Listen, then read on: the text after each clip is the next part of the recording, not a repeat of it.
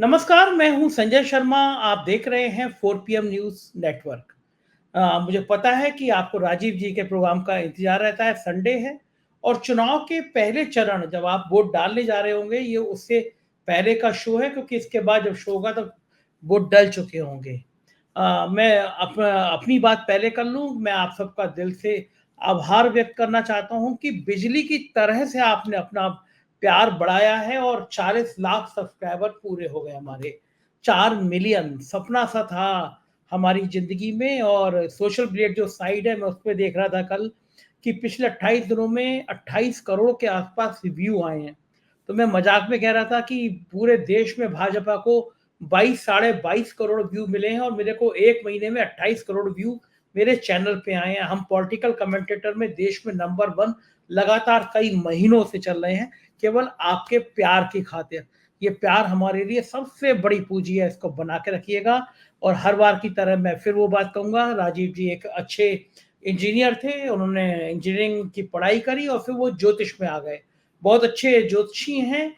देश दुनिया के तमाम बड़े-बड़े लोग उनको बात करना चाहते हैं। आज ही एक सांसद ने मुझे कहा, एक आईपीएस ने कहा कि राजीव जी का समय नहीं मिल पा रहा है, कई-कई महीने की वेटिंग चल रही है, आजकल वो बड़े बिज़ी हो गए हैं। आपका ज्योतिष में यकीन हो तो आप इस प्रोग्राम को देखिए, ज्योतिष में यकीन ना हो तो मत देखिए। मेरा ज्योतिष में यकीन है, इसलिए मैं देखता हूँ। और आज राजीव जी ने बहुत विस्तार से बताया है कि क्या कारण है, क्या मुद्दे हैं, कौन से ग्रह हैं जिसके कारण सरकार की विदाई लगभग तय मानी जा रही है। तो पूरा प्रोग्राम ध्यान से देखिएगा, सरकार किन-किन मुद्दों पर घिर गई है, कौन-कौन से ग्रह ऐसे हैं जो जनता में चेतना का काम कर रहे हैं और सरकार की विदाई तय कर रहे हैं। चलते हैं राजीव जी के पास। चैनल को प्लीज ज्वाइन कीजिएगा, सब्सक्राइब करिएगा। 4 PM न्यूज़ नेटवर्क में बहुत-बहुत स्वागत है राजीव जी आपका। परीक्षा की घड़ी आ गई, हम लोग चूँकि आपसे राजनीति की चर्चा करते हैं और मेरे बहुत सारे दर्शक जो विदेशों से भी आपके बड़े प्रशंसक हैं, वो कह रहे थे कि भई आप लोग पॉलिटिकल बातें करते हैं तो अब परीक्षा की घड़ी आ गई। और पिछले दिनों आपकी बहुत सारी बातें सही हुई हैं, सुप्रीम कोर्ट को लेके सही हुई है और राजनेताओं को लेके सही हुई है। तो इस अब जब हम बात कर रहे हैं, उसके अगले हफ्ते जब बात करेंगे तो पहले चरण का मतदान हो चुका होगा और वोट डाले जा चुके होंगे एक बड़े हिस्से में देश के। कई बड़े महत्वपूर्ण मुद्दे हैं, केजरीवाल की ज़मानत पे सुनवाई है, वोट डाले जाएँगे। तो मैं ये जानना चाहता हूँ, इस तमाम परिस्थितियाँ जो देश में घटेंगी, क्या इस बीच में कुछ ग्रहों में चेंज हुआ है? कोई मंगल, शुक्र, शनि, राहु कुछ चेंज हुए हैं? और एक-एक करके मुझे बताइए कि अब देश में वोटिंग के समय में केजरीवाल को लेकर या बाकी देश में राजनीतिक परिस्थितियों में क्या होने वाला है? जी। सबसे पहले संजय जी, मैं आप चूँकि नवरात्र चल रहे हैं, चैत्र नवरात्र चल रहे हैं, तो मैं सबसे पहले आपके दर्शकों को और विश्व के सभी लोगों को, जो ब भारतीय हैं और नॉन भारतीय भी, उनको मैं बहुत-बहुत शुभकामनाएँ देना चाहता हूँ। और अच्छी बात ये है कि इसी में हमारे भगवान राम की 17 अप्रैल को जन्मदिन भी आ रहा है, रामनवमी के रूप में। तो मैं शुरुआत थोड़ी-सी धर्म से कर लेता हूँ। पहले मैं आपको बता देता हूँ, जब शक्ति की बात होती है, पीछे बड़ी कंट्रोवर्सी चली थी, शक्ति, शक्ति, शक्ति। वो जरा सा वो उन्होंने कह दिया शक्ति कमजोर हो गया, राहुल गांधी ने तो वो डिस्टॉर्ट कर दिया गया था। तो मैं आपको बता रहा हूं कि वोट डालना भी एक आपकी कौन सी शक्ति से जुड़ा हुआ है। और शक्ति का अर्थ आप समझ सकते हैं, शक्ति का अर्थ स्त्री से माना गया है। शक्ति एक वर्ड अपने आप में फीमेल वर्ड है, इसीलिए मोदी जी ने उसको फीमेल से जोड़ दिया था कि महिलाओं का अपमान है। तो मैं आपको बताता हूं कि भाई 2 प्रकार की शक्ति होती है, एक दैवीय शक्ति और एक आसुरी शक्ति। क्योंकि नवरात्रे चल रहे हैं, तो इस नवरात्र का महत्व क्या है? क्योंकि सीजन जब बदलता है, नए पेड़ों पर नए पत्ते आते हैं, पूरा एकदम माहौल एक नया-नया सा फीलिंग आती है। तो ये और मौसम बदल रहा है। सबसे बड़ी बात है, बसंत ऋतु खत्म होके, ये इसका एक लॉजिक भी है, बसंत ऋतु खत्म हो रही है और ग्रीष्म ऋतु आने वाली है। तो इसमें आपकी इम्यूनिटी को स्ट्रॉन्ग करने के लिए इसीलिए 9 दिन व्रत रखने का जो हमारे विद्वानों ने, हमारे आचार्यों ने जो नियम बताए कि भाई 9 दिन व्रत रखना चाहिए, उसका मतलब क्या है कि एक मौसम बदल रहा है, एक तेज गर्मी वाला मौसम आने वाला, उससे आपकी शरीर को वो प्रिपेयर कराना चाहते हैं, जिसके कारण आप जो है अपनी इम्यूनिटी को स्ट्रॉन्ग कर सकते हो। तो मैं फिर से आपके प्रोग्राम में बता देता हूँ, 9 दिन। एक मिनट रुको, सॉरी, मेरे मन में सवाल आते हैं तो मैं रोक नहीं पाता। 9 दिन व्रत रखने चाहिए। मेरी पत्नी जो है वो कूटू की पूड़ी बना रही थी, आलू खा रही थी, मुझे भी बड़ा मजा आता है। मैं तो व्रत नहीं रखता हूँ, लेकिन वो पूड़ी मैं भी खा लेता हूँ, पकौड़ी खा लेता हूँ, आलू खा लेता हूँ, फिर साबूदाने की। दिन भर तो खाते ही ये लोग। मैंने देखा है महिलाएं दिन भर बना बना के मखाने की खीर और इसकी खीर। तो ये इन सब व्रत का कोई फायदा है कि दिन भर खाओ फिर उसका व्रत का नाम लो? जी बिल्कुल, मैं अभी बता देता हूँ उसका। आज दर्शकों के लिए जिज्ञासा है, क्योंकि समय चल रहा है ना, तो वो मुझे क्लेरिफाई करना है कि व्रत और उपवास में फर्क क्या है। दो शब्द हम कॉमन सुनते हैं अपने डे टू डे लाइफ में, व्रत क्या है, उपवास क्या है। तो मैं आ रहा था कि भाई 9 देवियां की बात कही गई है। आपको पता है कि 3 देवियां, ये सतोगुण, पहले जो 3 नवरात्रे होते हैं वो आपके अंदर सतोगुण बढ़ाते हैं। व्रत का मतलब एक ये भी है कि हम अपनी जो हमारी जो प्रकृति है, जो सतोगुण रजोगुण तमोगुण से बनी हुई है, ये हमारे अंदर, ये भी हमारे अंदर जागृत हो। तो पहली 3 देवियां सतोगुण, दूसरी मिडिल 3 देवियां आती हैं रजोगुण वाली, और अंतिम 3 दिन बनते हैं आपके तमस के। तमस क्यों जरूरत होता है? तमस बेसिकली हमारे दर्शकों के लिए, नॉलेज के लिए बता दें तो, जो हमारी बॉडी में टॉक्सिसिटी बढ़ जाए उसको किल करने के लिए, उसको कंट्रोल करने के लिए यू नीड डिस्ट्रक्टिव पावर। इसीलिए शिव को तमस माना गया कि शिव जो है बेसिकली संहार करके पूरे सृष्टि का फिर से सृजन करते हैं। तो जब तक आप अपने अंदर की बुराइयों को नहीं नाश करोगे, भाई 9 दिन का व्रत का मतलब है अंदर, हमारे अंदर बुराइयां भी तो हैं, हम ह्यूमन बींग हैं और ह्यूमन बींग के अंदर बुराइयां होती है, तो उनका नाश करके तब आप एक नए व्यक्तित्व की तरफ और अपनी नई पर्सनैलिटी के लिए आप फोकस कर सकते हो। साल में 4 आते हैं ना, तो आप देखिए हर क्वार्टर पे इस तरह की सीजन में चीजें आई हैं कि अपनी बॉडी को हेल्दी रखने के लिए। तो मैं आपको बता, 9 शब्द 9 शब्द आया, क्यों आया? 9 ही ग्रह हैं, आपको पता 9 ग्रह हैं, 9 शक्तियां हैं। तो 9 शक्तियां क्या है? एक जीवन में मानिए एक आत्मा है, एक आत्मा, और आत्मा की 8 शक्ति मानी गई है हमारे शास्त्रों के अनुसार, जो मैंने आपके प्रोग्राम में बताई भी थी, मैं आज दोबारा से बता देता हूं। आत्मा की 8 शक्तियां हैं। सत्य और असत्य को परखने की शक्ति, जिसको विवेक के नाम से जाना जाता है। तो याद रखिए कि मेरे वोटर, आज देश का वोटर वोट करने जा रहा है। अगर आपने सच्चे मायने में, आपके ऊपर देवी की कृपा है, मैं आपके वोटर का आह्वान कर रहा हूं कि 19 तारीख को जब वोट डालने जाएंगे, अगर आपके अंदर सचमुच देवी की कृपा है, आशीर्वाद है, तो आपके अंदर ये एक सत्य और असत्य को परखने की शक्ति होनी चाहिए कि मेरे लिए कौन सी पार्टी मेरे जीवन को बदल सकती है, या किस पार्टी ने 10 साल में क्या किया। अगर आपको परखने की शक्ति नहीं है तो उसका मतलब देवी शक्ति आ ही नहीं रही है। दूसरी शक्ति है निर्णय करने की शक्ति। तो आप देखिए बैक टू बैक इससे जुड़ी हुई है निर्णय करने की शक्ति, कि आप जब बटन दबाएंगे तो उसमें आपकी दूसरी शक्ति काम आ रही है निर्णय करने की। पहले एक ने तो पहचान की कि भाई मोदी जी क्या कह रहे हैं, राहुल गांधी क्या कह रहे हैं, अरविंद केजरीवाल क्या कह रहे हैं, अखिलेश क्या कह रहे हैं, आपने सबका आकलन किया। तो ये तभी संभव है जब माँ दुर्गा की आपके ऊपर कृपा होगी। तो याद रखिए, व्रत तो कर रहे हो तो अपने अंदर ये भी आप आत्मचिंतन करें कि आपको देवी का आशीर्वाद मिल रहा है कि नहीं मिल रहा है। अगर आपके पास परखने की शक्ति नहीं है संजय जी, तो इसका मतलब देवी का आशीर्वाद नहीं मिल रहा है। और अगर आपकी निर्णय करने की शक्ति कमजोर हो रही है कि भैया आएगा तो मोदी, इसका मतलब आपके अंदर निर्णय करने की शक्ति नहीं है। आप तभी तो आप बिल्कुल एक एनिमल की तरह बिहेवियर कर रहे हैं कि जो जैसा परोस दे वही वैसा मान लिया। तो तीसरी है विस्तार करने की शक्ति, जिसको अंग्रेजी में ह्यूमिलिटी कहा जाता है, विनम्रता। चौथी है सहने की शक्ति, टॉलरेंस, जो समाज से गायब हो गया है। पांचवी है साधना करने की शक्ति, यानी श्रद्धा, फेथ। आपको पता है फेथ, सबके अंदर श्रद्धा नहीं होती। बहुत सारे लोग ऐसे हाथ जोड़ लेते हैं, बहुत सारे लोग साधना करते हैं। तो श्रद्धा भी बेसिकली आत्मा की शक्ति मानी गई है, और इसको शास्त्रों में कहा गया है ये आत्मा की प्रमुख एवं आंतरिक शक्ति है। प्रमुख शक्ति श्रद्धा माना गया है। श्रद्धा इसीलिए, आपको पता है शरीर को श्रद्धा कभी नहीं होती है, श्रद्धा आत्मा का विषय है। शरीर तो अपना बदलता रहता है। शरीर को तो जरा एसी में मजा आया, एसी में आ गया, फिर वो गर्मी में मजा ले रहा है, कभी बारिश में मजा ले रहा है, तो उसकी तो वेरिएशंस आ रहे हैं उसकी श्रद्धा में, उसके ट्रस्ट में। और छठवीं है समाने की शक्ति, दूसरों के अवगुणों को अपने अंदर समाने की शक्ति।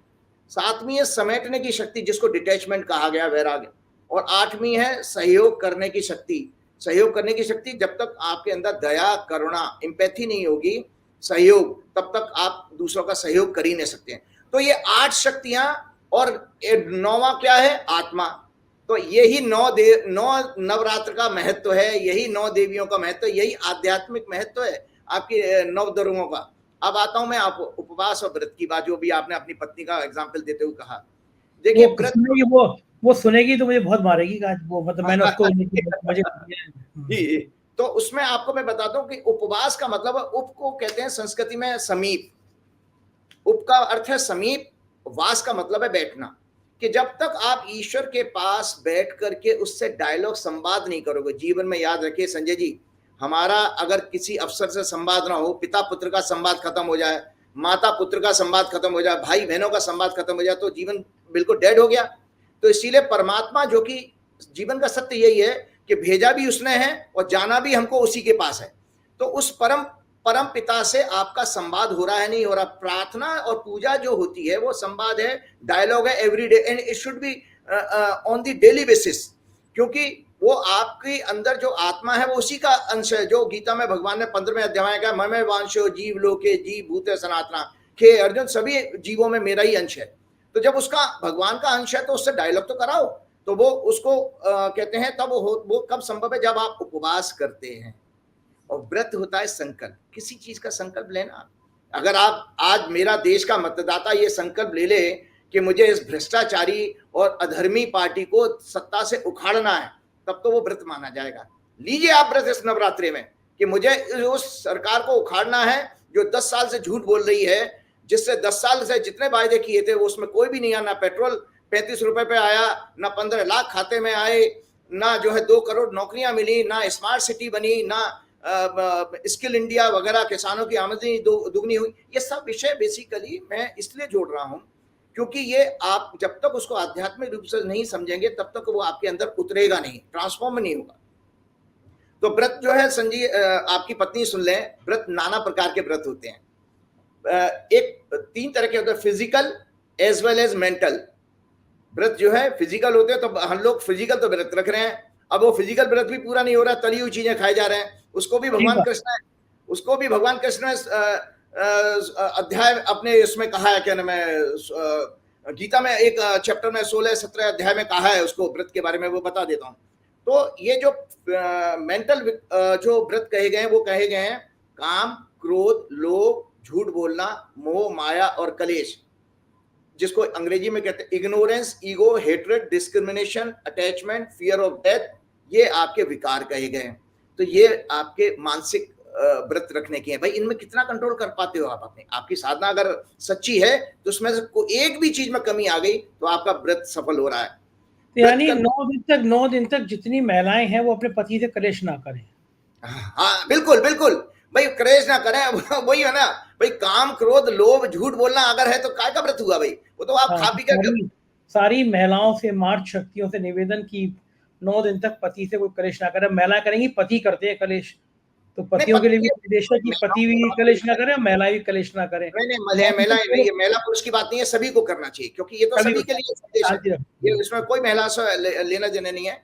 अच्छा, व्रत करने से फायदा क्या होता है? व्रत करने से अगर आपका सच्चा व्रत है, देखिए व्रत करने से मन, बुद्धि और आत्मा शुद्ध होती है। मन, बुद्धि और आत्मा, आपको पता है जीवन का उद्देश्य भी गीता में यही कहा गया है कि मन, बुद्धि और आत्मा को शुद्ध करके परमात्मा को पाना ही हमारा जीवन का मूल उद्देश्य है।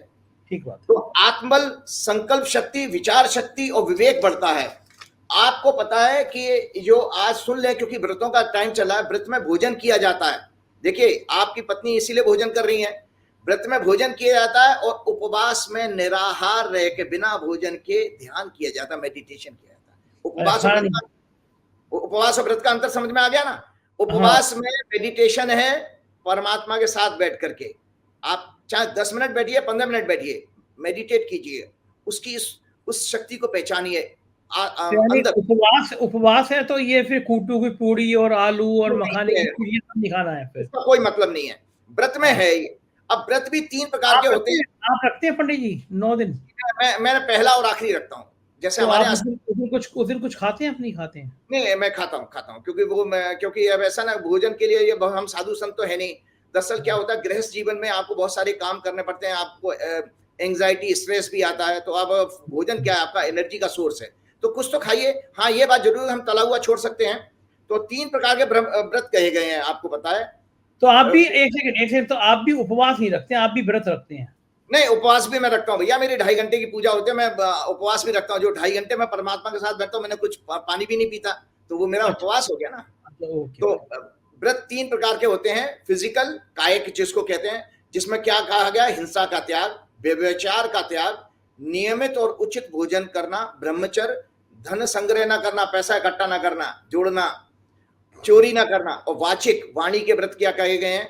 सत्य और मधुर वाणी बोलना, निंदा कटुता का त्याग, मौन ना करना। मोदी जी कहते हैं हम 9 दिन व्रत रखे हैं, लेकिन दिन भर तो झूठ बोलते रहते हैं, निंदा करते रहते हैं, काय का व्रत है उनका? तो ये उनका कोई व्रत का रखने का कोई औचित्य भी नहीं है। मानसिक व्रत कहे गए तीसरे प्रकार के, जिसका मतलब है राग द्वेष का त्याग, वैराग्य, दया, करुणा, सेवा, प्रेम, सहयोग का अभ्यास ही जो है आपका मानसिक व्रत कहे गए। तो ये व्रत की मुझे इसलिए व्याख्या करनी पड़ी क्योंकि जब इसी 9 दिन के अंदर भगवान राम का जन्म हो रहा है, तो राम को भी नहीं समझ सकते हम। देखिए, और अभी एक रिपोर्ट आई थी, सोशल सर्वे हुआ था, वो मैं उस पर हम आते हैं। तो राम का अर्थ क्या है? रमन्ते योगिन स रामा। जो राम है, जो योगियों में रमता है, मतलब जो हमारे हृदय में वास करता है। योगी कौन कहा गया? भक्त के लिए संदर्भ में कहा गया है कि जो भक्त के अंदर बसता है, मतलब हमारी जो आत्मा का शाब्दिक अर्थ जो है इसका निकलता है आत्मा, वही राम है। तो इसीलिए राम को आप सब जगह, मुस्लिम में भी ढूंढ सकते हैं, क्रिश्चियन में भी ढूंढ सकते हैं, सिख में भी ढूंढ सकते हैं, ब्राह्मण में ढूंढ सकते हैं, क्षत्रिय में ढूंढ सकते हैं, वैश्य में ढूंढ सकते हैं, शूद्र में भी, सब जगह राम व्याप्त है। तो जब तक राम को नहीं आप जानेंगे, और आपको बता देता हूं आपके दर्शकों के लिए, चूंकि रामनवमी आने वाली है, अगर राम को जानना है तो आप देखिए इस रामचरितमानस के दर्शन कीजिएगा। अगर आपने रामचरितमानस में उत्तरकांड नहीं पढ़ा तो इसका मतलब है उसका आध्यात्मिक संदेश नहीं पढ़ पाएंगे रामायण का। अगर आप राम को जानना चाहते हैं, मैं आपको दर्शकों को मैंने दिखाई भी थी, ये है आपकी राम गीता, ये आपकी राम गीता है, ये है आपकी विभीषण गीता। ये मैं सब चर्चा कर चुका हूं, लेकिन चूंकि रामनवमी आ रही है तो मैं दर्शकों को इसलिए दिखा रहा हूं। ये विभीषण गीता, और ये है योग वशिष्ठ, जिसमें भगवान राम का जो 6000 श्लोकों में संवाद हुआ था वशिष्ठ के ऊपर, जब भगवान राम युवावस्था में थे। आजकल के युवाओं की तरह डिप्रेशन में चले गए थे। आजकल के जैसे युवा अगर कोई काम ना बने तो डिप्रेशन में चले जाते हैं। तो वो संदर्भ आता है कि भगवान राम जब गुरुकुल से लौट के आए तो उनके पिता ने जब ये कहा कि जाओ पुत्र, राज्य के दर्शन करके आ जाओ, राज को एक बार घूम लो, तुम इसका कभी राजा बनोगे तो देख लो देश दुनिया में क्या हो रहा है। तो जब राम गए तो उस जमाने में जैसे सुख दुख होते थे उस काल में भी रहे होंगे। तो राम उससे देखे, राम बेसिकली दया करुणा के प्रतीक है। तो राम जी बिल्कुल दुखी हो गए, और दुखी होकर कमरा बंद करके बैठ गए।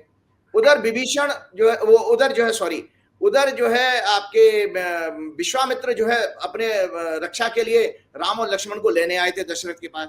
तो दशरथ ने उनसे कहा, भाई मैं अपने बच्चों को कैसे भेजूं, ये तो मेरा बेटा खुद ही डिप्रेशन में चला गया है, किसी से बात ही नहीं कर रहा है।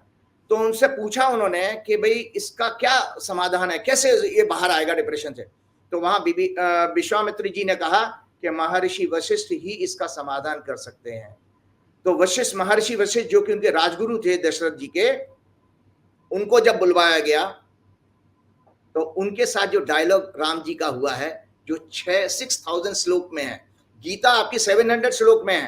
देखो गीता में भी आपको दर्शकों को बता दूं, धार्मिक क्योंकि दिन चल रहे हैं, एक अच्छा सा डिस्ट्रक्शन हो जाता, पॉलिटिक्स तो हम करते ही रहते हैं, उस पर आएंगे भी हम, कि गीता भी बेसिकली मनुष्य जब कंफ्यूज हुआ तो भगवान ने उसको उबारा है उस कंफ्यूजन से। वो डिप्रेशन में था अर्जुन, और जब त्रेता युग में भगवान डिप्रेशन में गए तो मनुष्य, मतलब वशिष्ठ कौन थे? मनुष्य ने भगवान को उबारा। तो ये दोनों का डिफरेंस है गीता का और योग वशिष्ठ का। और गीता 700 श्लोकों में है, और अर्जुन के 108 प्रश्न थे। अर्जुन के 108 प्रश्न थे, क्वेश्चन, भगवान ने 700 श्लोकों में डायलॉग चलाया, और यहाँ राम जी के साथ 6000 श्लोक। तो आपको उत्तरकांड में एक और इस संदर्भ में फिर आपके राजनीतिक विषय पर मैं आता हूं, कि जो राम जी से जब राम जी आ गए और शासन संभाल लिया, ये मैं आपके प्रोग्राम में कह चुका हूं, लेकिन चूंकि रामनवमी आ रही है, लोग झंडा उठाने वाले अंधभक्त किसी तरह से राम जय श्री राम तो कह देते हैं। अरे मूर्खों, राम को समझ तो लो, राम क्या चाहते थे, राम ने क्या कहा था, उस पर 1% भी अगर अमल करिए तो ये जीवन तो आपका कल्याण हो जाएगा। तो उत्तरकांड में श्री राम और भरत के बीच में संवाद होता, जो भरत ने पूछा, संदर्भ है आज का, क्योंकि आप इलेक्शन में जा रहा है, यह देश ये इलेक्शन में जा रहा है। जब तक आप अपने नजदीक इर्द गिर्द लोगों को, पॉलिटिशियंस को नहीं पहचानोगे, जो आपका एमपी का कैंडिडेट है उसको नहीं पहचानोगे, तो आप वोट किसको कर रहे हो? वोट का मतलब समझते हैं? वोट आपका विश्वास है, श्रद्धा है, आपका ईमान है, आपका जमीर है। तो आप ऐसे ही कैसे मुंह उठाकर किसी को कर दोगे? ये आपको देखना पड़ेगा। आपको उन सब लोगों को दंडित करना पड़ेगा जिन्होंने दल बदले हैं। उन्होंने आपके वोट का अपमान किया था। जिस पार्टी से वो पहले जीत के आए और पार्टी छोड़ के बदल देते हैं, पूरे देश में माहौल, हालांकि बीजेपी ने ही बर्बाद किया, लेकिन जितने भी, चाहे वो अजीत पवार हो, चाहे वो शिंदे हो, या कोई भी हो, जिन्होंने, या जितने भी अभी भगोड़े हैं, ये सब भगोड़ों को जनता अगर दंडित नहीं करती है तो उनको राम की कृपा नहीं मिलेगी, याद रखें, न देवी की शक्ति मिलेगी, क्योंकि उनको दंडित करना पड़ेगा। ये आज आपके पास वही डेमोक्रेसी की पावर है कि जब आप जिनको दंडित कर सकते हो। तो राम के साथ संवाद जो भरत का हुआ, भरत ने यही, मैं जो आपसे बात करना चाह रहा हूं, वही भरत ने पूछा था। प्रभु, जो वेद पुराणों में संतों की महिमा कही गई है उसे सुनाए। हे भरत, भगवान कहते हैं, हे भरत, संतों के गुण असंख्य हैं। वे विषय भोगों से दूर अर्थात भोगी नहीं होते, सद्गुणों की खान होते हैं। वे पराया दुख देखकर दुखी और दूसरों का सुख देखकर सुखी होते हैं। वे सदैव समता का भाव रखते हैं। समता कहते हैं स्टेट ऑफ इक्वलिटी, सुख दुख में बराबर रहना, गर्मी सर्दी में बराबर, मतलब चिढ़ना नहीं। उनका कोई शत्रु नहीं होता। यहाँ तो आप, मोदी जी ने तो सारे विपक्ष को शत्रु मान लिया। तो देखिए कहाँ, मतलब आप राम के विपरीत जा रहे हो, क्योंकि उन्होंने बार बार अपनी चुनाव की रैलियों में राम का नाम लिया है। ये गलत बात है। पहले तो उनको संविधान के पद पर बैठ के भगवान का नाम लेना ही नहीं चाहिए, क्योंकि संविधान का पद पर तो वो सब धर्म उनके लिए बराबर है, उनका शत्रु नहीं होता। वे अहंकार से दूर होते हैं। मोदी जी के अंदर तो बहुत अहंकार है। वे वैराग्यवान होते हैं। मोदी जी भोगी हैं, दिन में 10 कपड़े बदल लेते हैं। उनके अंदर लोभ, क्रोध, हर्ष और भय आदि इत्यादि विकार नहीं होते। वे कोमल हृदय वाले, सभी पर दया करुणा करने वाले, मन वचन और कर्मों से विशुद्ध भक्ति करते हैं, सबका सम्मान करते हैं। ऐसे ही लोग मेरे प्राणों के समान हैं। भगवान कह रहे हैं कि ऐसे लोग मेरे प्राणों के समान हैं। और आपको बताऊं, भगवान ने, कृष्ण ने गीता में 4 प्रकार के भक्त कहे गए हैं। आज जो भक्ति कर रहे हैं नवरात्रि की, वो भी सुन लें। 4 प्रकार के भक्त कौन है? आर्त, अर्थार्थी, जिज्ञासु और ज्ञानी। आर्त कहते हैं जो हमेशा रोते रहते हैं, दुखी रहते हैं, हमेशा रोता रहे, भगवान मेरा तो काम ही नहीं बनना, जीवन बेकार है, फलाना ठिकाना। ये आर्त कैटेगरी के भक्त हैं। अर्थार्थी, जो दिन भर भगवान मेरा ये काम हो जाए, मैं लड्डू चढ़ाऊंगा, भगवान ये मेरा काम 101 का प्रसाद चढ़ाऊंगा, भगवान मेरा ये काम बन जाए, जब धन की, वो अर्थार्थी हैं। तीसरे जिज्ञासु, जिनके अंदर ये जिज्ञासा, भगवान कौन है, मैं क्यों आया हूं इस जीवन में, मेरा क्या उद्देश्य होना चाहिए, मैं लोगों की सेवा कर पाऊंगा नहीं, उसके अंदर जितनी जिज्ञासाएं आ रही हैं उसको जिज्ञासु कहा। और चौथे हैं ज्ञानी, जिनको कोई जरूरत नहीं, वो मान चुके हैं कि ये शरीर एक बार मिला है, दोबारा मिलने वाला नहीं है, और परमात्मा का साथ योग ही मेरा जीवन का परम उद्देश्य है। वो ज्ञानी कहे गए।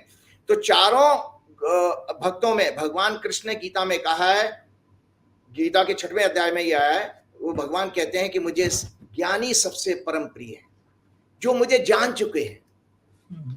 ठीक है, मैं आता हूं भगवान भरत से। भगवान कहते हैं वे कामना रहित, सदैव मेरे परायण, शांति, वैराग्य, विनय और प्रसन्नता से युक्त व्यक्तित्व वाले होते हैं। उनके अंदर शीतलता, सरलता, मित्र भाव और ब्राह्मणों, ज्ञानियों के प्रति आदर सम्मान होता है। वे शम, मन को कंट्रोल करना, दम, इंद्रियों को कंट्रोल करना, नियम और नीति से विचलित नहीं होते, कभी झूठ, निंदा, चुगली और कठोर वचन नहीं बोलते। वे निंदा और स्तुति दोनों अवस्था में समान रहते हैं। अब भगवान ने राक्षस कौन से कहे? देखिए भगवान ने, देखिए आपको मैं बताता हूँ, राक्षस बड़े खूबसूरत होते थे। रावण भी बहुत खूबसूरत है, उसकी पत्नी मंदोदरी भी बहुत खूबसूरत थी। वो सींग वाले नहीं होते थे, ये पिक्चरों में जैसे दिखाया जाता ना, सींग वाले ऐसे नहीं होते थे रावण का मतलब है आपकी विचार शक्ति से आप देवता और रावण बनते हैं। जो देवता का अर्थ है संजय जी, जो देता है वो देवता कहा गया। जैसे सूर्य हमारा आपको दे रहा है, चंद्र दे रहा है बिना किसी आपकी एक्सपेक्टेशन के, तो देवता है। वायु भी आपकी दे रही है, जल देवता है। तो भगवान ने जो दुष्ट कहे हैं भरत को बताते हुए, वो आप अपने समाज में ढूंढ लीजिए, वो आपको हर नजदीक में मिल जाएंगे, दिखने मिल जाएंगे। दुष्ट कौन है भगवान के अनुसार? ये सदैव निंदा, झूठ का आचरण करने वाले, दूसरों की तरक्की, संपत्ति को देखकर ईर्ष्या करने वाले, काम, क्रोध, अहंकार, लोभ, परायण, निर्दयी, कपटी, कुटिल और अनेक पापों से युक्त होते हैं। वे बिना कारण किसी से बैर करते हैं, भलाई करना तो दूर, वो हमेशा बुराई करते हैं। उनके संपूर्ण आचरण में झूठ, पाखंड, दिखावा, छल, कपट होता है, जो कि आज हम भाजपा के अंदर और भाजपा के शीर्ष नेतृत्व के अंदर देखते हैं कि 10 साल सत्ता में रहने के बाद भी हर चुनाव की रैली में वो उनका यही आचरण रहता है। मैं आपके पास आता हूँ, जो आपने एक नहीं बात नहीं, की। अभी मेरे को सवाल है, पहले मैं उन सवालों को जवाब ले लूं, पूजा पाठ से संबंधित है। पहली बात तो ये कि जो भगवान के काम आया, उस व्यक्ति का सम्मान बहुत होना चाहिए, भगवान के बराबर होना चाहिए। लेकिन मेरे को आज तक कुछ सवाल मेरे मन में आते रहते हैं जो मैं आपसे पूछूंगा। रावण नहीं मरता अगर विभीषण नहीं होता। विभीषण ने बताया कि इसकी नाभि में आप तीर मारिए, रावण मर जाएगा। तो जिसने भगवान की इतनी मदद करी, जिसने भगवान के सबसे बड़े दुश्मन को मारने में मदद करी, उसकी इतनी बदनामी क्यों? आज तक कोई अपने बच्चे का नाम विभीषण नहीं रखता। कहते हैं घर का लंका भेदी लंका ढाए, विभीषण को अपमान की दृष्टि से देखते हैं। तो भगवान की मदद करना इतना बड़ा गुनाह हो गया, तो रामचंद्र जी ने ऐसा क्यों किया कि जिसने उनकी मदद करी, रामचंद्र जी ने उनकी बैंड बजा दी? नहीं, रामचंद्र जी ने नहीं बजाई थी। देखिए, आपने बहुत अच्छा प्रश्न किया। बहुत मैं आपके कई प्रोग्राम के बीच में मेरा थॉट आता था, लेकिन वो स्लिप कर जाता था, मैं बोल नहीं पाता था। कि आज देखिए कि 2 नाम हमारे समाज में हमारे वैदिक समाज में, सनातनी समाज में कभी नहीं रखे जाते। एक रावण और दूसरा विभीषण। उसका मायने क्यों है कि रावण अहंकार का प्रतीक है और विभीषण धोखे का प्रतीक है, धोखा। क्योंकि उसने बेशक भगवान की मदद की थी, लेकिन अपने सगे भाई के साथ धोखा किया था। इसीलिए चूंकि वो धोखे का प्रतीक है, इसीलिए समाज में उसको वो नाम रखने का, उसको हे दृष्टि से देखा गया। और मॉडर्न टाइम में जयचंद कहा जाता है। जयचंद ने जब धोखा दिया था पृथ्वीराज चौहान को, तो जयचंद बेसिकली मॉडर्न टाइम का विभीषण था। तो विभीषण इसलिए नहीं रखा जाता चूंकि वो धोखे का प्रतीक है, और रावण चूंकि अहंकार का प्रतीक है, इसलिए ये 2 नाम कभी नहीं रखे जाते। एक बात और कहते हो कि हमारी सत्ता को जेल में डालने का बड़ा शौक हो गया दूसरे लोग, बहुत सारे लोगों को, नेताओं को, धड़ाधड़ धड़ाधड़। मैं लोगों को बताना चाहता हूं, निराश ना हो।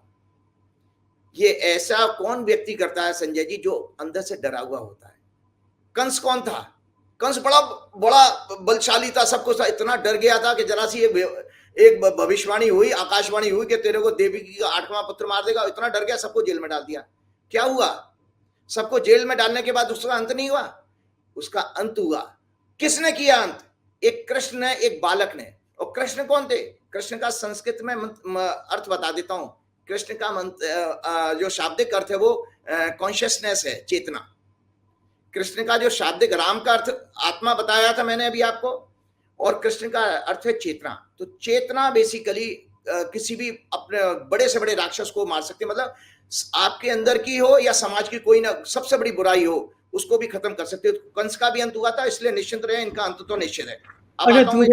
एक सवाल, मतलब मेरे मन में आ रहे हैं सवाल, चूंकि रामनवमी है तो आपसे पूछना भी चाहिए मुझे, क्योंकि सब दर्शकों के मन में भी आते होंगे। एक विवाद हुआ, तेजस्वी यादव ने एक पुराना अपना फोटो डाला मछली खाते हुए, नवरात्रि से पहले का फोटो था। प्रधानमंत्री जी ने अपने भाषण में कहा कि बताइए, कुछ लोग ऐसे हैं जो नवरात्रि में नॉनवेज खाते हैं, मटन खाते हैं, उसकी मछली खाते हैं, उसकी फोटो डालते हैं।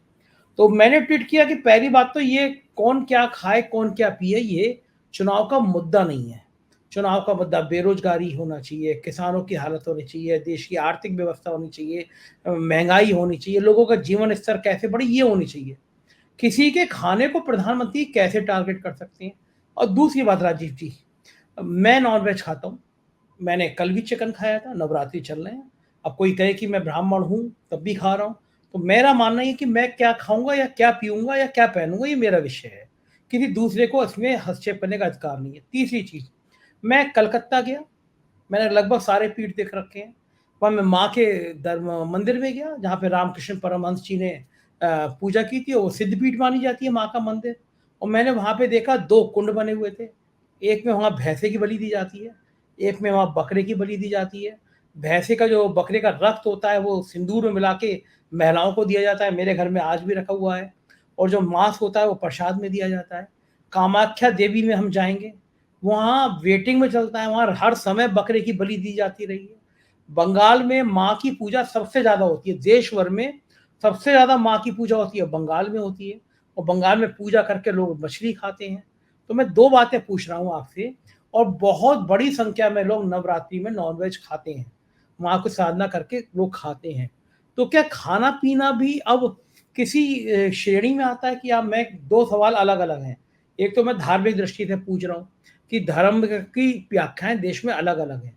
जो दक्षिण में है वो उत्तर में नहीं है, जो उत्तर में वो दक्षिण में नहीं है, वो पूर्व में नहीं है। तो क्या बंगाल के लोगों के लिए नवरात्रि पूजा अलग हो सकती है, मेरे लिए अलग हो सकती है? एक विषय। दूसरा विषय कि क्या मांसाहार किसी शास्त्र में निषेध है कि आप मांस नहीं खा सकते? तीसरी बात, अगर नहीं खा सकते तो मंदिरों में बलि दे के प्रसाद क्यों चढ़ाया जाता है? चौथी बात, प्रधानमंत्री जी को किसी के खाने पे टिप्पणी करनी चाहिए? नहीं करनी चाहिए। इसलिए क्योंकि मैं आपको बताऊं कि आपको पता है प्रधानमंत्री जी को इस टिप्पणी को करने से पहले बीजेपी, समस्त बीजेपी वालों को चिंतन करिए, अटल बिहारी वाजपेयी नॉनवेज खाते थे, वो नवरात्र में भी नॉनवेज खाते थे और इतना ही नहीं, वो ड्रिंक भी करते थे, शराब भी पीते थे। तो मोदी जी को ये देखना चाहिए। और अटल बिहारी वाजपेयी कौन थे? जिन्होंने भाजपा की फाउंडेशन की फाउंडर मेंबर, तो उनको अपने वहां पे करना चाहिए। और बीजेपी के जितने भी जो नेता पूर्व मतलब नॉर्थ ईस्ट के हैं या बिहार के हैं, उड़ीसा के हैं, ये लोग सब लोग नॉनवेज खाते हैं। देखिए, खाना विषय नहीं होना चाहिए। मैंने कहा ये तो हमारी आध्यात्मिक उन्नति से, कौन क्या खाएगा ये विषय एक संविधान के पद पर बैठे हुए व्यक्ति का नहीं होना चाहिए। इसलिए क्योंकि मैं अभी आपको दर्शकों को फिर से पहले भी बताया था, बता देता हूं, हमारा फंडामेंटल राइट है, हम क्या कर रहे हैं, क्या पहनेंगे, क्या खाएंगे पिएंगे, उसमें आपको ऑब्जेक्ट करने का कोई अधिकार नहीं है। ये प्रधानमंत्री ने बेसिकली मानसिक दिवालियापन दिया। मैं बार बार कहता हूं कि इनको मेंटली डिसऑर्डर हो चुका है और ये इनको डिमेंशिया की बीमारी भी हो गई, अटल जी की तरह ये भूलने की बीमारी हो जाएगी इनको। अभी मैंने देखा किसी रैली में वो उनकी जवान फिर से लड़खड़ाने लगी है। वो क्यों अपने जीवन को, बुढ़ापे को खराब कर रहे हैं? 75 साल के हो गए, उनको इन बकवास चीजों पे नहीं जाना चाहिए था। ये संविधान आपको वोट इस तरह से थोड़ी मांगा किसने क्या खा पी लिया। देखिए, आपका फंडामेंटल राइट एज पर कॉन्स्टिट्यूशन है राइट टू फ्रीडम। मेरी फ्रीडम है, मैं क्या खाऊं, मैं क्या पीऊं, मैं क्या पहनूं, किसके साथ मिल रहा हूं, किसके साथ उठ रहा बैठा हूं, आपका क्या मतलब है? Right to equality, right to freedom of religion, मेरा राइट टू फ्रीडम है, कोई भी धर्म अपनाऊं, आपका क्या मतलब है? आप क्यों होते हैं हिंदू मुसलमान भेदभाव करने वाले? राइट अगेंस्ट एक्सप्लॉयटेशन, ये बेसिकली तेजस्वी को केस करना चाहिए कि ये एक्सप्लॉइट कर रहे हैं मेरे खाने पीने को। मोदी पे केस ठोक दो बिल्कुल। Right to constitutional remedies, cultural and educational rights. भोजन जो है संजय जी, बेसिकली समाज और कल्चर से जोड़ा गया है, क्योंकि हमारा भारत विभिन्न भाषाओं का, विभिन्न वर्गों का और अलग अलग संस्कृतियों का देश है। कहीं किसी चीज को किसी रूप में देखा गया, कहीं किसी चीज को किसी रूप में देखा गया, और ये सब व्यक्ति के विशेष पर, विवेक पर छोड़ देना चाहिए, कौन क्या खाएगा, कौन नहीं क्या खाएगा। हाँ, ये बात जरूर है कि भोजन के बारे में जो कहा गया वो गीता में, तो वो मैं इसको आध्यात्म से जोड़ता हूं। अगर आपके अंदर वो विजडम कभी आएगा तो उसको आप उस चीज पर देखना है, लेकिन संविधान में और पॉलिटिक्स में इन सब चीजों का कोई महत्व नहीं है, बोलना ही नहीं चाहिए। देखिए, कॉन्स्टिट्यूशन बार बार आपको चेतावनी देता है कि constitution says that the responsibility of the legislature, जो मोदी जी जिसको बिलोंग करते हैं, is not just to provide fundamental rights but also more importantly to safeguard them. उनकी जिम्मेदारी है उसको सेफ करें। They act as limitations on the powers of the legislature and execute under Article 13. आपके Article 13 के अंदर ये fundamental right आते हैं। And in case of any violation of these rights, the Supreme Court and High Courts of states have the power to declare such legislature or executive action as unconstitutional and void. तेजस्वी को case कर देना चाहिए मोदी जी को ऊपर supreme court में कि इन्होंने मेरे खाने पीने के ऊपर जो है ये टिप्पणी करी है और मेरे को डिफेम किया। डिफेमेशन सूट भी फाइल करना चाहिए नरेंद्र मोदी के ऊपर। नरेंद्र मोदी जी के आने वाला टाइम में वही होगा जो बाबा रामदेव के साथ हो चुका है।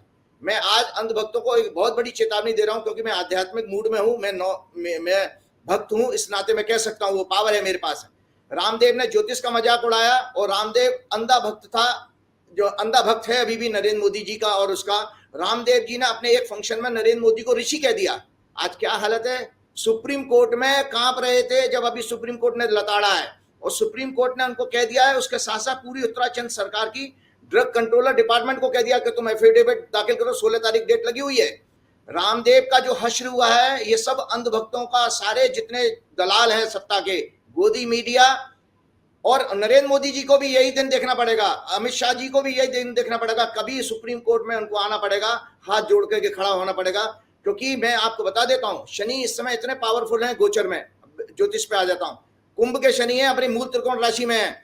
सुप्रीम कोर्ट बिल्कुल इस समय ब्लास्ट करने की स्टेज में है। मैं अपने लगातार आपको 17 फरवरी से बता रहा हूं, ऐसे ऐसे डिसीजन दे देगा, उसके पास जब भी मैटर जाएगा वो छोड़ने वाला नहीं है। रामदेव की जो बैंड बजाई है, रामदेव कभी सपने में नहीं सोच सकते थे। ये हश्र इन सभी नेताओं का होने वाला है जो बकवासबाजी कर रहे हैं, जो बेसिकली पॉलिटिक्स से हटकर के जो चीजें कर रहे हैं, वो आपका सब्जेक्ट नहीं था। एक विषय और मैं आता हूं, मैं अपनी डिस्कशन में एक सेकंड वो रह गया मेरा कि जब मंदिर में बलि दी जाती है कामाख्या में, कलकत्ता में प्रसाद मीट के रूप में दिया जाता है, तो क्या मीट खाना क्या हिंदू धर्म शास्त्रों में मना है, प्रतिबंधित है? तो फिर अगर देखिए प्रतिबंधित है तो मंदिरों में बलि क्यों दी जाती है? मैं बहुत अच्छा प्रश्न आपने किया। एक्चुअली वो फिर डिस्कशन बहुत लंबा हो जाता है, इसलिए मैं बताता हूँ। भाई जब ये चीजें प्रथा कब चली आए, आपकी संस्कृति से जुड़ी और डेमोग्राफिक हैं।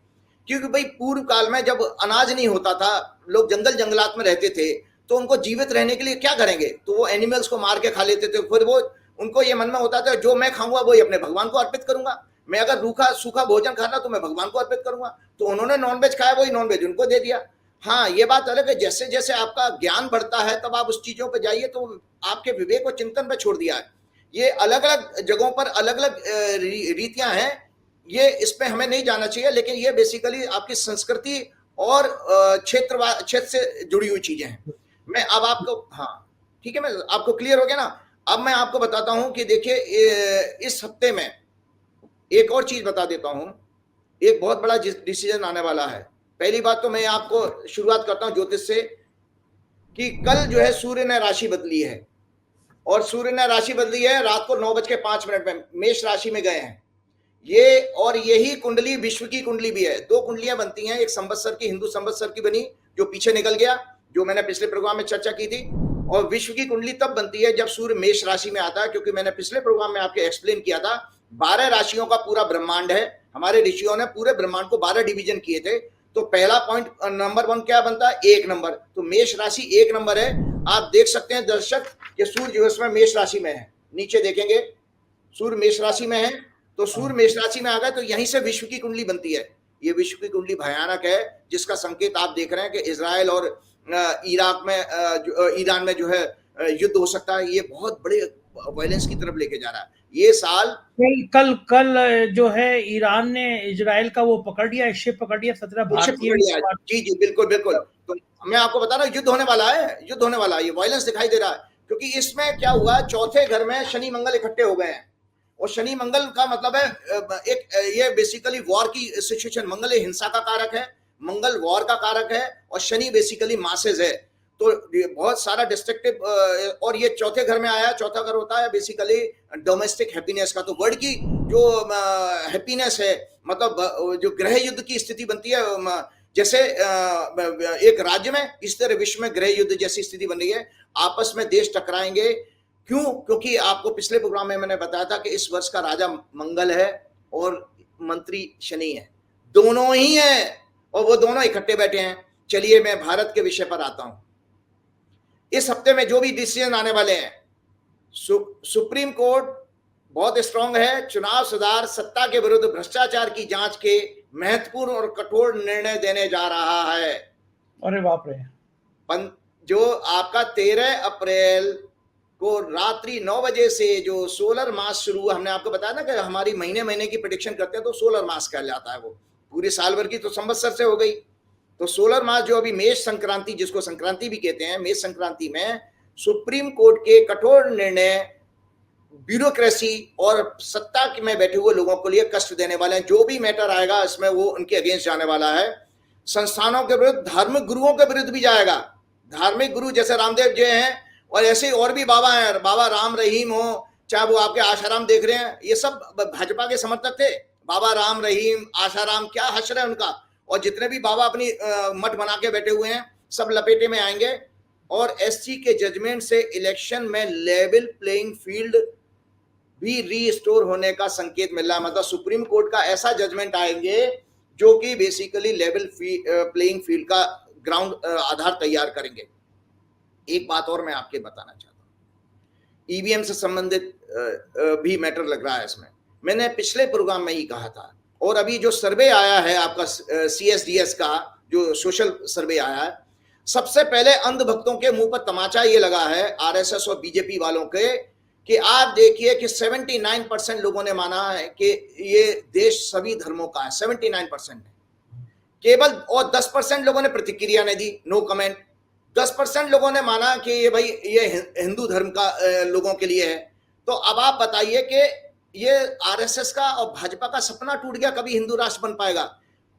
और वो सोशल ऑर्गेनाइजेशन है, बहुत अच्छी रिसर्च करती है और रेपुटेड है। मैं जहां तक लोगों ने मुझे बताया, उस सर्वे में ये आ जाना कि 90%, 80 तो 10 तो न्यूट्रल है, तो 90% अगर देश ये मानता है कि भाई ये सब लोगों का रहने का है, तो आपका तो सपना खत्म, आपका तो चुनावी लड़ाई आप हार चुके हो, चुनावी लड़ाई हार चुके हो। अगर आप उस पैटर्न पे आप चुनाव मांगे तो ये तो पूरी तरह से भाजपा का सुपड़ा साफ हो गया है। और आपको बताऊं, उसी सर्वे में ये भी आया था, केवल 2% लोग मानते हैं कि जो है हिंदुत्व कोई मुद्दा है। 2% लोग मानते हैं कि विदेशों में भारत का डंका बज रहा। मोदी जी बड़े रैलियों में कह रहे हैं कि मेरा देखो भाइयों बहनों, ऑस्ट्रेलिया में डंका बज रहा है, इंग्लैंड में डंका बज रहा है, अमेरिका में डंका बज रहा है। मैं ऑस्ट्रेलिया होके आया तो मैं आज डंका मोदी जी की पोल खोल देता हूं। मैं जब ऑस्ट्रेलिया में गया तो मुझे ऑस्ट्रेलिया के लोगों ने बताया, और यही लगभग लंदन से भी मेरे पास कॉल आए, यही कॉल दूसरे कंट्री से आ रहा, वो सब लोग ये बता रहे हैं कि आचार्य जी जो हमारे एम्बेसी हैं उनको आरएसएस और बीजेपी का प्रोपेगेंडा सेंटर बना दिया गया है। क्योंकि हम लोगों के काम पड़ते हैं अपनी एम्बेसी से, जब विदेश में बेचारे लोग रह रहे हैं अपनी दुख तकलीफ कहाँ कहेंगे एम्बेसी में जाके, तो उनको इस नाते एक्सप्लॉइट किया जा रहा है यहाँ की सरकार के दबाव में। ये बहुत बड़ा खुलासा करने जा रहा हूँ चुनाव से पहले, कि जो उनको एक्सप्लॉइट किया जा रहा है, उनको जैसे यहाँ पर बसों में भर के किराए की भीड़ लाई जाती है, इसी तरह से मुझे ऑस्ट्रेलिया में बताया एडिलेड से, पर्थ से हवाई जहाज की टिकट भेज भेज करके पैसा यहाँ से जा रहा है। ये जितना पैसा लूटा गया ना इलेक्ट्रोल बॉन्ड में और काला धन उद्योगपतियों से वसूला गया, वो वहां इस्तेमाल हो रहा है ब्रांडिंग, मोदी जी की ब्रांडिंग कराने में, भाजपा की ब्रांडिंग कराने में, हिंदू राष्ट्र की ब्रांडिंग कराने में, उनका दिमाग खराब करने में। तो ये जो भीड़ इकट्ठी की जा रही है, जिसको डंका मोदी जी कह रहे हैं, ये सब किराए की भीड़ है, ये सब फर्जी आयोजन हुए हैं, और जिसमें जबरदस्ती वहां के नागरिकों को जो विदेश में रह रहे हैं, उसमें स्वेच्छा से केवल 10% जो लोग जा रहे हैं, 90% लोग बेसिकली जबरदस्ती वहां पर इकट्ठे किए जा रहे हैं। और मुझे एक बहुत बड़े पॉलिटिशियन ने एक बात और जानकारी दी कि उनके संपर्क में कई राजदूत हैं, तो वो ये कह रहे थे कि भाई बहुत सारे एम्बेसडर बहुत दुखी हैं कि हमारा काम था कि हम विदेशों में उन देशों के साथ अपने सांस्कृतिक और आर्थिक संबंध बढ़ाएं, और हमको इस काम में लगा दिया गया है, तो हम अपनी बेसिकली ड्यूटी, जो संवैधानिक ड्यूटी पूरी नहीं कर पा रहे हैं। तो ये सब विषय इसलिए आया कि, और आपको बताऊं ईवीएम का मसला, कि जब ये देश, और आपको बताएं भ्रष्टाचार लोगों ने माना, 60% लोगों ने माना कि भ्रष्टाचार मुद्दा है, और जिसमें 25% लोगों ने इसी सर्वे के अनुसार ये माना कि इसमें केंद्र सरकार जिम्मेदार है, लानत है इनको, इस पर रिजाइन कर देना चाहिए। तो जब ये मुद्दा है, और राम मंदिर का मुद्दा मात्र 8% लोगों ने माना, ये सर्वे की रिपोर्ट बताती है, तो वो आप बताइए टाइम फिक्स हो गई। तो ईवीएम का मसला ये है, इलेक्शन कमिश्नर ये सुन लें इस बात को, कि इसी में एक आपके कोई प्रोग्राम था, आपके किसी एंकर का मैं सुना था, उसमें भी ये कहा कि 79%, वो 70% लोगों ने ये माना कि इलेक्शन कमीशन की जो है ऊपर उनको भरोसा नहीं है, और उसमें 60% लोगों ने माना कि भाई ईवीएम में गड़बड़ी हो सकती है। तो ये सब चीजें क्यों आ रही हैं, ये सर्वे के रूप में चिंता का विषय है। और इलेक्शन कमीशन कभी भी क्या नाम है फेयर नहीं करा सकता, उसका कारण मैं बताता हूं। एक इलेक्शन कमिश्नर अग्रवाल हैं, एक इलेक्शन कमिश्नर गुप्ता जी हैं, और हमारे मोदी जी भी वेस्ट कम्युनिटी से हैं, अमित शाह जी भी वेस्ट कम्युनिटी से हैं, 2 उद्योगपति बड़े वो भी उसी कम्युनिटी से हैं।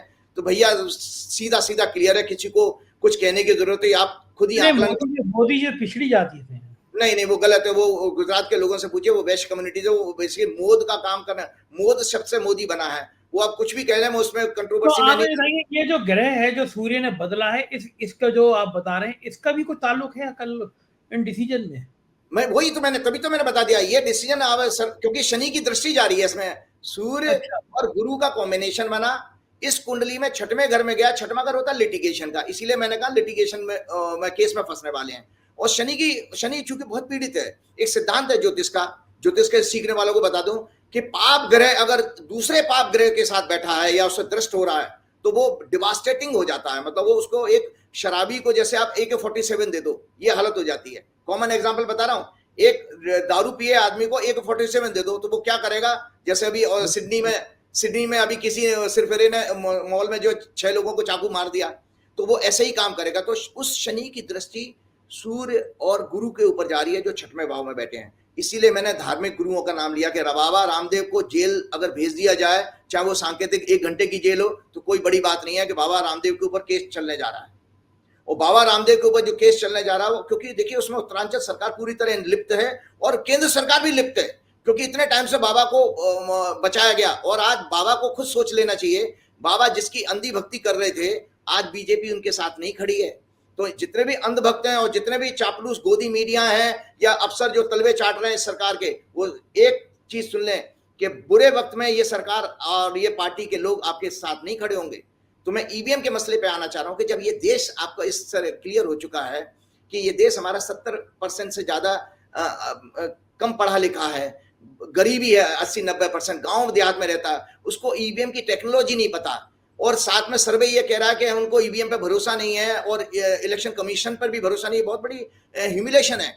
तो आज आपकी जानकारी के लिए मैं कानून लेकर के आया हूं, पढ़ के। मैं कानून का विद्यार्थी नहीं हूं, दर्शक मुझे माफ करें, मैं ज्योतिष और क्यों राजनीति पे क्यों बोलता हूं इसका भी मैं आप अभी आज खुलासा जवाब दूंगा। तो मैं आज कानून लेकर के आया हूं कि ये कानून जो हमारा ये उसका नाम है the representation of the people act 1951, जिसमें ये कानून बना के चुनाव कैसे कराने चाहिए। आज मेरे अपने शब्द नहीं है, दर्शक सुने, ये शब्द उस कानून के हैं। सेक्शन 59 है Sanjay ji, at every election where a poll is taken, vote shall be given by ballot in such manner as may be prescribed and save as expressly provided by this act. No votes shall be received by proxy, provided that the votes at every election to fill a seat or seats in the council of state shall be given by open ballot. मतलब section 59 कहता है कि चुनाव open ballot paper से होने चाहिए। चुनाव आयुक्त जो है, चीफ इलेक्शन कमिश्नर, अपनी प्रेस कॉन्फ्रेंस में गलत देश को बयानबाजी कर रहे थे कि हमारे फेवर में कानून है ईवीएम से कराने का। आज उनको मैं कह रहा हूं, हालांकि बेचारे वो महमूद प्राचा चीख चीख कर मर गए, लेकिन उनके साथ नाम के आगे महमूद लगा हुआ, तो उस लोग उनको ट्रस्ट नहीं कर रहे हैं। आज वो जिम्मेदारी मुझे लेनी पड़ी है कि मैं आज ये सेक्शन में आपको सामने बता रहा हूं कि साफ साफ लिखा है ओपन बैलेट पेपर से। अब इसी में बीच में एक मॉडिफिकेशन किया गया संजय जी, वो 61A के रूप में किया गया था। वो 61A क्या कहता है, ये नॉलेज के लिए है क्योंकि आप वोट करने जा रहे हैं, इलेक्शन से संबंधित मसला है। Section 61A is added as voting machine at election, ये हेडिंग है उसकी। Notwithstanding anything contained in this act और the rules made thereunder the giving and recording of votes by voting machine in such manner as may be prescribed may be adopted in such constituency, condition दे रहे हैं, adopted in such constituency or constituencies as EC election commission may having regard to the circumstances of each case specify। मतलब यहां पर ये voting machine की condition ये लगाई गई, अगर कहीं परिस्थितियां बनती हैं ऐसी, मान लीजिए आंधी तूफान आ गए, लोग जा नहीं पा रहे वोटिंग करने, या कोई और मसला बन गया, या बैलेट पेपर तैयार नहीं है, तो विशेष परिस्थितियों में मशीन से चुनाव कराना चाहिए, ना कि नॉर्मल सर्कमस्टेंसेज में। ये सीधा सीधा। तो आप इसका मतलब आप समझ रहे हैं कि ईवीएम से चुनाव कराना आज में मतलब आपका कहना ये है कि जो आज सूर्य की दशा कल बदली है, उसका सीधा मतलब यह है कि सुप्रीम कोर्ट से कुछ कड़े निर्णय आएंगे जो ब्यूरोक्रेट को, जो सरकार को नुकसान पहुंचाएंगे। आपका मतलब यही, आपसे 1 घंटा हो गया, पता ही नहीं चलता, आपसे बात करते करते कब 1 घंटा हो जाता है पता ही नहीं चलता। तो राजीव जी, यानी आने वाला जो दिन है, अगला हफ्ता है, जब वोटिंग शुरू हो रही होगी, तो आखिर में जरा ये और बता दीजिए, ये जो वोटिंग का जो रिएक्शन होगा, ये इसका क्या रुझान आएगा इन गिरह के हिसाब से? तो मैंने आपको पहले ही कहा था कि देखिए कि पहली बात, आज इसको सेक्शन को पढ़ के बताने का मतलब था कि दर्शक यहाँ नहीं, विदेशों में लोगों को भी पता लग जाए कि वोटिंग मशीन का कोई कानून नहीं है, ये अनकॉन्स्टिट्यूशनल है। केवल विशेष परिस्थिति के लिए उसमें शब्द आए हैं कि ये शब्द रिकॉर्ड में चले गए, ऑन रिकॉर्ड है, अब आप देख सकते हैं। आज मैं आपके सामने एक रिपोर्ट और लेके आ रहा हूं, अरविंद केजरीवाल का भी मसला इसमें आएगा। पिछले प्रोग्राम में मैंने पिछले प्रोग्राम में कहा था अरविंद केजरीवाल की जमानत के विषय में। तो अरविंद केजरीवाल जी की चूंकि सिंह लगन की कुंडली है, तो उनका 15 मार्च को उनका सिंह लगन का जो स्वामी होता है, सूर्य होता है, वो अष्टम भाव में मीन में था, राहु केतु के बीच में। 8वां घर होता है कन्फाइनमेंट का, जैसे आपको गठरी में बांध दिया जाए, मतलब बंधन में बांध दिया जाए, 8वां घर गुप्त होता है। तो इसलिए अरविंद केजरीवाल जेल में चले गए। वो, और उसमें राहु केतु का मतलब ये होता है संजय जी कि वो कॉन्स्पिरेसी, ये इसमें कॉन्स्पिरेसी हुई है उनको जेल में डालने की। तो अब अरविंद केजरीवाल का जो लगन का स्वामी है सूर्य, आज जो है कल जो है मेष राशि में आ गया और उनके भाग्य स्थान में आ गया है। अब अरविंद केजरीवाल के लिए घर वापसी का और चुनाव प्रचार का योग तैयार हो गया है। तो उनके फेवर में आने वाले टाइम में एक अच्छा जजमेंट आएगा जो आप पार्टी के लिए उनको बड़ा जो है सुकून देने वाला होगा, उनको सुख शांति देने वाला होगा। एक और विषय बता देता हूं, आप पार्टी के साथ मैंने जब अभी रिसर्च कर रहा था, एक रिसर्च पेपर लेके आया हूं, उसके बाद हम प्रोग्राम जाएंगे, थोड़ा सा बड़ा जरूर हो जाएगा लेकिन बहुत सारा मैटर था क्योंकि बिफोर इलेक्शन ये बहुत इंपॉर्टेंट प्रोग्राम होने वाला है। 26 नवंबर 2012 को आप पार्टी फॉर्म हुई थी। ये मकर लगन की कुंडली है। मकर लगन की कुंडली में अभी इनकी जो दशा चल रही है, शुक्र में, शनि में, केतु चल रही है, 6-8 एक्सिस में है। और ये संजय जी 21 ये जो है दिख गया, हाँ ये चल रही है। 6 मार्च 2024 से शुरू हुई है, 12 मई तक चलेगी। ये 6-8 की दशा जब भी किसी की भी आ जाए तो उसके लिए संकट है और ये कैरियर में संकट आ रहा है। तो आप पार्टी को ये लगातार ह्यूमिलेशन, उसका मुख्यमंत्री बड़ा लीडर जो फाउंडर लीडर है वो क्यों अरेस्ट हुआ, वो इस गिले के 6 मार्च से शुरू होती है घटना, 21 मार्च की अरविंद केजरीवाल के जेल में जाने की, 12 मई तक का लोग बहुत सारे, क्योंकि इसलिए मुझे ये बात कहनी पड़ी है कि सोशल मीडिया में यूट्यूब पर मैंने देखा कि राष्ट्रपति शासन लगाने जा रहे हैं और आप पार्टी खत्म हो जाएगी और बीजेपी की आईटी सेल भी करे। आप पार्टी खत्म नहीं होने वाली है, उनका कष्ट का टेम्परेरी फेज है। 12 मई के बाद आप पार्टी के लिए बहुत बढ़िया टाइम है। और अरविंद केजरीवाल जी के बारे में मैंने बता ही दिया। आज एक रिसर्च में आपके सामने लेकर के आऊं, मुझे किसी बड़े पत्रकार ने कहा, वही आप जैसा आप क्लेम करते हैं कि आपने ज्योतिष पर राजनीतिक रिसर्च की है, सॉरी राजनीति पर एस्ट्रोलॉजिकल रिसर्च की, वो टॉपिक मुझे मिला था, मैंने इसलिए कहा। एक और बात अभी आपको बता, आपने मेरे को पिछले प्रोग्राम में भी कहा था, आपके पास में भी कुछ लोग कहते हैं कि भाई राजीव जी ज्योतिषी हैं, पॉलिटिक्स पे क्यों बोलते हैं। तो आपके लिए जानकारी के लिए बता देता हूं कि ये ग्रंथ है, ये बृहद संहिता है, ये वाराहमिहिर ने लिखी थी जो आपके विक्रमादित्य के राजगुरु थे। ये मुहूर्त चिंतामणि है, इसमें राजा के राजाभिषेक, राजा कब कौन से पद पर बैठेगा, ओथ लेने के सारे नियम कायदे कानून दिए हैं। तो राजनीति, जब हम पॉलिटिक्स वर्ड यूज करते हैं तो पॉलिटिक्स से क्लियर नहीं होता है। जब आप राजनीति कहते हैं, उसका अगर हम डिवीजन करें वर्ड का, तो राज प्लस नीति, राज होता है एडमिनिस्ट्रेशन अंग्रेजी में, नीति होती है पॉलिसी। और डेमोक्रेसी का अर्थ क्या है, basically for the people by the people, and तो for the people by the people. तो आप ये देखिए पीपल शब्द आ रहा है, तो नीति किसके लिए बन रही है, पब्लिक के लिए। तो सूर्य से जो है राज देखा जाता है और नीति बनाता है आपका शनि।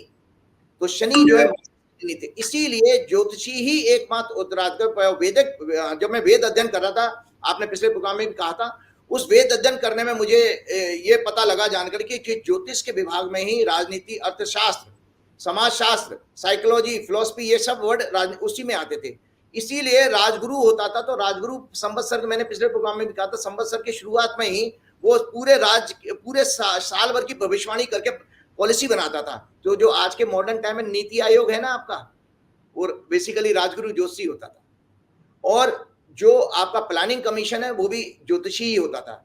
तो ये जो पॉलिटिक्स जो डिस्कस करना, ये ज्योतिषी का सब्जेक्ट है। दुर्भाग्य ये है कि अभी तक हमने अपने समाज में वो ज्योतिषी देखे जो शादी ब्याह, बच्चे और मुहूर्त, घर का मुहूर्त, इनको देखने वाले, ये होरा ज्योतिष के सब्जेक्ट है। मंडेन ज्योतिष में कोई काम नहीं करता है। मंडेन ज्योतिष मतलब जो है लार्जर एरिया में जो की जाती है, विश्व दुनिया के लिए, देश दुनिया के लिए। मेरा शुरू से मैं पैशनेट था इसके लिए।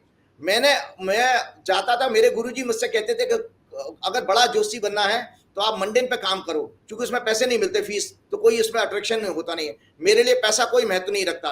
आपको जानकारी के लिए बता देता हूँ, हालांकि विषय नहीं आता, लेकिन चूंकि मैं इमोशनल हूँ कि मैं जब दिल्ली में आया था इंजीनियरिंग करके, मेरे 170 रुपए लेके आया था अपने पिताजी से नाराज होकर दिल्ली में। और जब आपको ये मैं पासबुक दिखाता हूँ आज, ये लोग पता लग जाए कि मैं कितना साधारण है। ये मेरी पासबुक है, ये पंजाब नेशनल बैंक की। और जब लॉकडाउन हुआ था संजय जी, मेरे पास 66 रुपए थे उस दिन। केवल ये दर्शक देख लें, इसको जूम करके दिखाएगा, 66। उसके बाद भी मैं घबराया नहीं। तो मुझे लाभ आप इस रूप में देख सकते हैं। एक सेकंड दर्शक लोग, मैं आपको बता दूं कि पंडित जी अब आधी बात बता रहे हैं। पंडित जी की फीस भी बहुत अच्छी हो गई है और पंडित जी के यहाँ 3 महीने की वेटिंग चल रही है। पंडित जी जो है सुबह से शाम तक इतने व्यस्त रहते हैं, कम से कम मैं ही दुखी रहता हूँ, हफ्ते में कम से कम 25 लोग मुझसे कहते हैं। आज एक आईपीएस ने और एक मौजूदा सांसद ने मुझे फोन किया है, मैं भी आपको इस प्रोग्राम के बाद में नंबर भेजूंगा।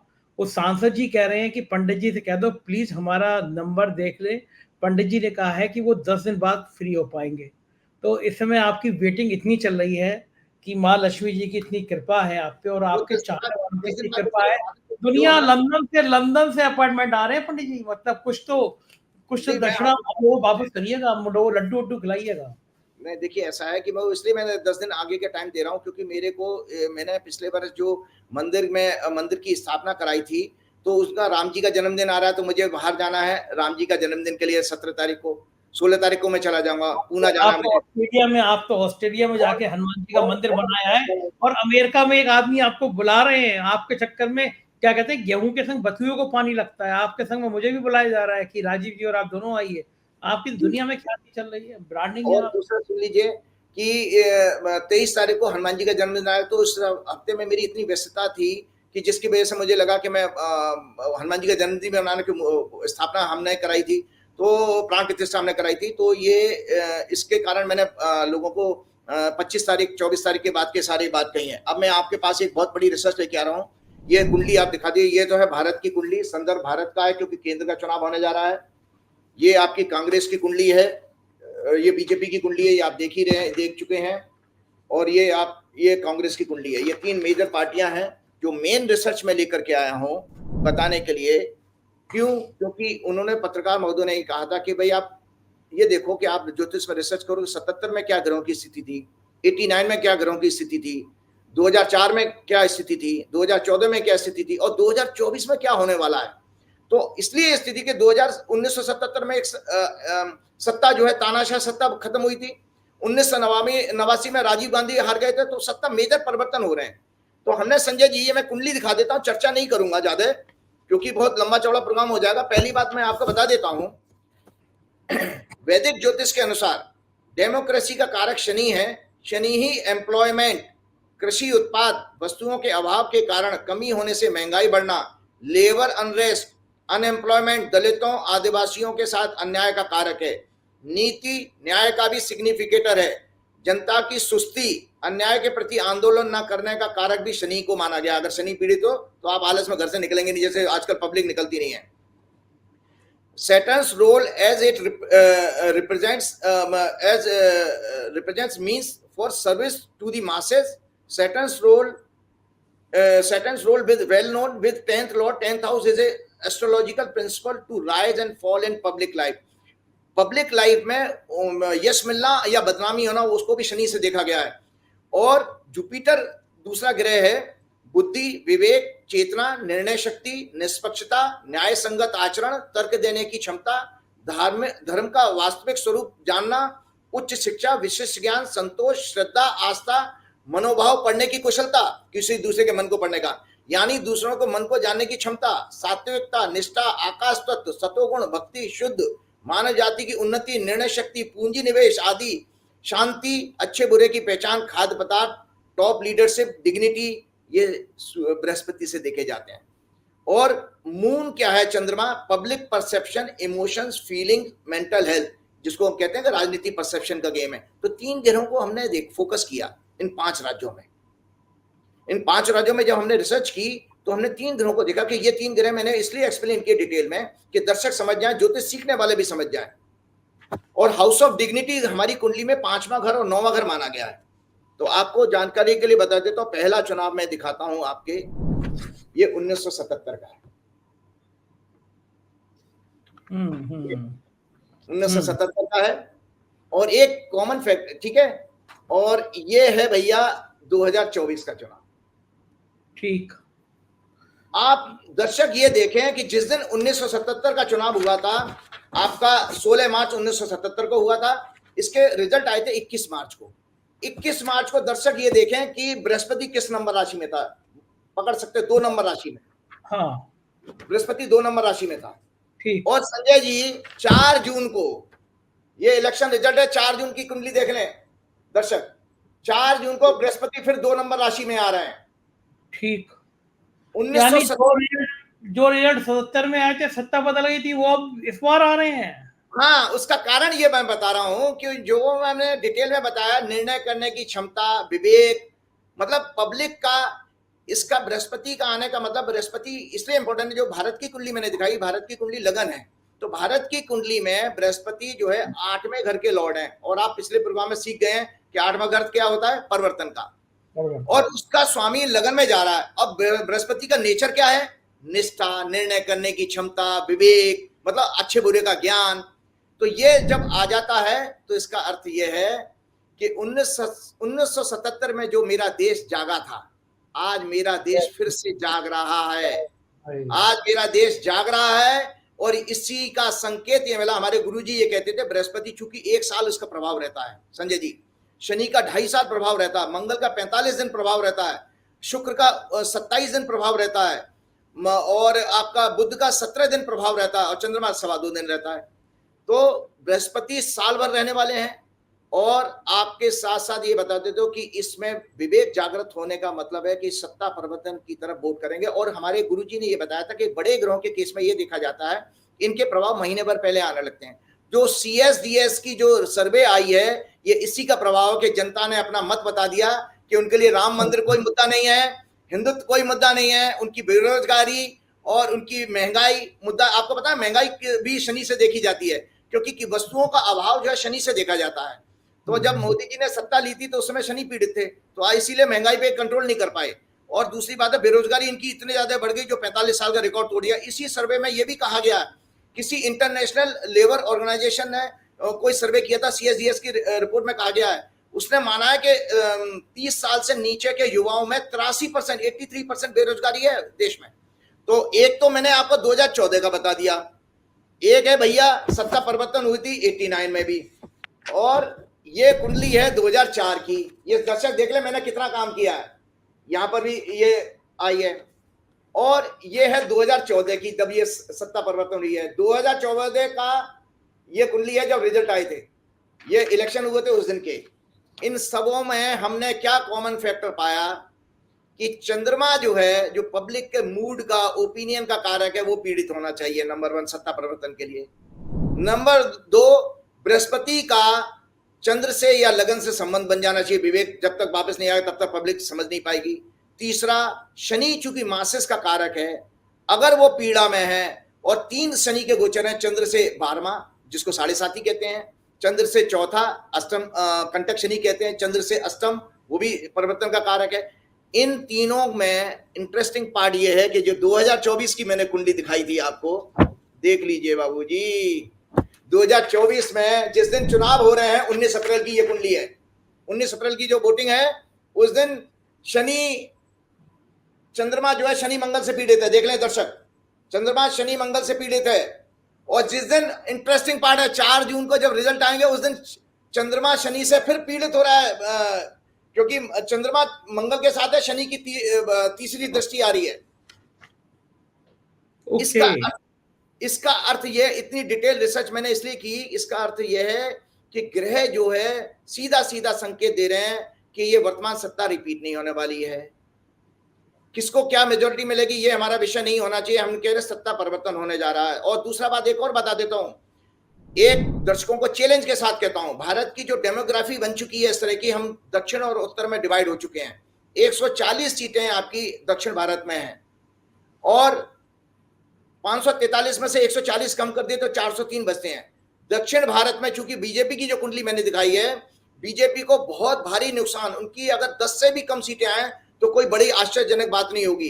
140 में से 10 सीटें, तो दक्षिण, क्योंकि बीजेपी का 10वां घर से, हम आपको बताएं, मैंने पिछले प्रोग्राम में भी बताया था, लगन से पूरब, 4थे घर से उत्तर, 7वें घर से पश्चिम, और 10वें घर से दक्षिण दिशा देखी जाती है। और मंगल जो है दक्षिण दिशा का कारक है। तो मंगल जो है अभी 23 अप्रैल को राशि बदल के राहु केतु के बीच में जा रहा है। तो दक्षिण जो है मोदी जी के सपने को पूरी तरह ध्वस्त कर देगा, 400 पार को। दक्षिण से 10 से कम सीटें आए तो कोई बड़ी बात नहीं है। और दुनिया में रख लीजिए, इस देश में आज नहीं, बहुत बड़ी बात कर रहा हूं, 1000 साल बाद भी कभी भी 400 के ऊपर किसी पार्टी की सीटें नहीं आ सकती। वो विशेष परिस्थिति में आई थी क्योंकि इंदिरा गांधी की हत्या हो गई थी, वरना जब इंदिरा गांधी ने बांग्लादेश युद्ध जीता था तब भी 373 समथिंग सीटें थी। तो इसलिए 400 सीटें असंभव है, क्योंकि 403 तो बाकी बची। जब दक्षिण से आपको रिजेक्ट कर दिया गया तो पूरी के पूरी थोड़ी ले आओगे आप, तो ये गलत बात तुमने।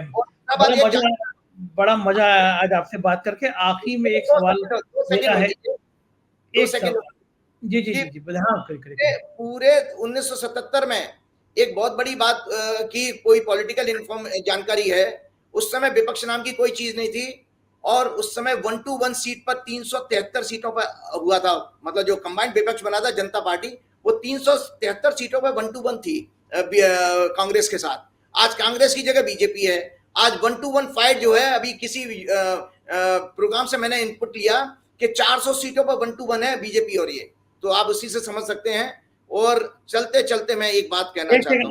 एक मेरा सवाल है, जादू की तरह हो रहा है यूट्यूब चैनल पे 4 PM के। कल हमारे 40 लाख सब्सक्राइबर पूरे हो गए, आपको और बधाई आपके टाइम को, आप लोगों को। तो मैं ये जानना चाहता हूँ आपसे कि ये जो स्पीड है, हमारा जो सोशल ब्लेड साइड है सब बताती है, उसमें मैं देख रहा था राजीव जी, पिछले 28 दिनों में 28 करोड़ से ज्यादा व्यू आए हैं। बीजेपी को पूरे देश में 22 करोड़ व्यू मिले थे, हमारे 28 दिनों में 28 करोड़ से के आसपास व्यू आ गए हैं। तो क्या लग रहा है 4 PM का भविष्य, और बता दीजिए मुझे आप आखिरी बात कहने से पहले। 4 PM का भविष्य मैंने आपको पहले ही कहा था कि जब आपने पहली बार मेरा प्रोग्राम किया था, तो आपने जब पूछा था अपनी कुंडली, मैंने कहा 2027 तक आपका ग्रेट टाइम है। आज एक बहुत बड़ा चूंकि मैं भावुक हूं, तो एक भावनात्मक चीज और मैं बोलने जा रहा हूं जो आपको भी चौंका देगी, आपको भी चौंका दे। देखिए, मुझे नहीं पता, आपको जानता है कि मैंने आपके पिछले प्रोग्राम में ही कहा था कि हम लोग अभी तक इन पर्सन कभी मिले नहीं हैं, और मैं दर्शकों को ये बता देना चाहता हूं कि मेरा कोई फाइनेंशियल आपके साथ इंक्लिनेशन, कोई कॉन्ट्रैक्ट भी नहीं। ये मैं इसको अपॉर्चुनिटी ऐसे मानता हूं क्योंकि मैंने 6 अप्रैल 2023 को एक हनुमान जी के मंदिर की प्राण प्रतिष्ठा कराई, जो मैंने 15 बरस तक रिसर्च की ज्योतिष में, जो भी आध्यात्मिक ज्ञान लिया, वेद पढ़े मैंने, कर्मकांड में आचार किया, वो नॉलेज अगर मेरे साथ ही चली जाती तो अन्याय था उस नॉलेज के लिए। भाई मैं चला जाऊंगा, मेरी बेटियां 2 हैं, वो उस लीगेसी को फॉलो करेंगी, वो संभव नहीं है। तो मैं अगर चला जाता तो इस विश्व के लोगों को, दुनिया देश के लोगों को वो ज्ञान कैसे मिलता। तो भगवान ने मुझे आपके रूप में एक प्लेटफॉर्म दिया, और वो 1 जून से जो प्लेटफॉर्म मिला, और लगातार आप देखिए संजय जी, ये एक मिराकल है, एक चमत्कार है, जो मैं जिसके लायक मैंने, मेरा जैसा साधारण व्यक्ति नहीं था, कि अगर हम ऑन एवरेज देखें 1 जून से लेके आज तक के प्रोग्राम को, तो 5 लाख कंसिस्टेंसी में आए हैं व्यूज, 5 लाख ज्यादा ही आए। सोचिए कि 5 लाख अगर आप इतने लंबे समय तक अपने आप को होल्ड कर पाते हो, तो आप लोग आपका ट्रस्ट कितना विश्वास करें। उसी ट्रस्ट विश्वास के ऊपर आज मैं दर्शकों को एक अपील करना चाहता हूं कि मैंने हर अपने प्रोग्राम में, जो मैंने, हम जब रिसर्च करते थे संजय जी, आज प्रोग्राम बड़ा हो जाए 2 4 5 मिनट, कोई अब चिंता मत करिएगा, जब हम रिसर्च करते थे तो हमारे पास यह होता था कि कोई हमें प्रोमिनेंट केस होना, हमारे सामने होना चाहिए, उसको आधार बना के हम अपना मैसेज दे देते थे समाज के लिए। जैसे मान लीजिए हमारे पास रेडीमेड कुंडली थी, इंदिरा गांधी, राजीव गांधी, संजय गांधी या महात्मा गांधी, तो हम कोई भी विषय जब, चाहे विवाह का हो, चाहे हिंसक मौत का हो, या उनके जेल में जाने का हो, हम सब विषय उनको आधार बना के बता देते। तो इसीलिए मेरा कोई पूर्वाग्रह नहीं है, मेरा कोई किसी पार्टी से द्वेष नहीं है, किसी से अटैचमेंट नहीं है। मैंने आपके हर प्रोग्राम में अगर बीजेपी की कुंडली को चर्चा की है, कांग्रेस की कुंडली की अगर अच्छाई बताई है, बीजेपी की कुंडली की बुराई बताई, तो उनकी कुंडली में वो योग है। तो दर्शक मेरे हर प्रोग्राम को ये सोचें कि अगर जब हम ढूंढते हैं कि समाज में दुष्ट चरित्र आदमी, राक्षसी प्रवृत्ति का आदमी कैसा होना चाहिए, तो उसका तीसरा घर पीड़ित होगा। तो तीसरा घर होता है हमारे नियत का, और आपका चौथा घर होता है मन का, 5वां घर होता है, और 9वां घर होता है आपकी बुद्धि की शुद्धता का, मतलब जो आपकी प्योरिटी ऑफ हार्ट जो है वो देखा जाता है। वो बीजेपी की कुंडली में दूर दूर तक नहीं है। और नरेंद्र मोदी जी के बारे में मैं इतना जानता हूं कि मैं बार बार ये कहूं, इतना मैंने उनके बारे में रिसर्च की, क्योंकि उनसे आयु के बड़े बड़े लोगों ने, संघ के लोगों ने, बीजेपी के लोगों ने, बहुत सारे लोगों ने, मुझे गुजरात के लोगों, मेरे गुजरात से बहुत बड़ा पुराना कनेक्शन है, मुझे इतनी जानकारी मिली कि इनकी बचपन से ही संगत खराब थी। इसीलिए ये देखिए इनके चरित्र में झलकता है कि 75 साल की उम्र में राजनीति करते करते आप कभी, आप देखिए, झूठ बोलते हो कि वो चाइना के वार में भी इन्होंने जो रवैया अपनाया है, ये सोचिए हमारे शहीदों का अपमान है कि 20 शहीद मरने के बाद आप ना कर रहे हो चाइना के आगे कि नहीं जी हमारे को आपस में बैठ करके सेटल करना चाहिए।